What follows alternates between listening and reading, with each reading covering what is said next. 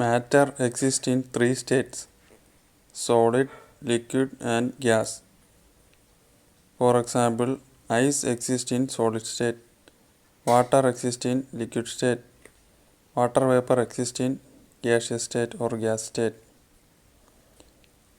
For example, if we take 1 kilogram of ice and put it in a beaker, and by using a furnace, if we heat 1 degree Celsius of ice will start to melt, or it will start to change its state of matter.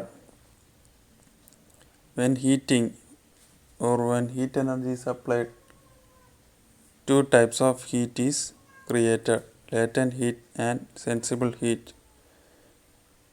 When we start the process of heating, first latent heat will start and then only sensible heat will start.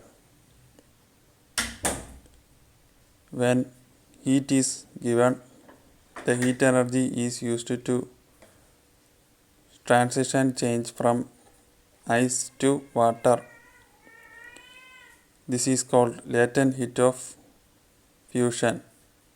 Fusion is a process of melting. Latent heat of fusion is the amount of heat energy required to change 1 kilogram of ice to water at atmospheric pressure at its melting point.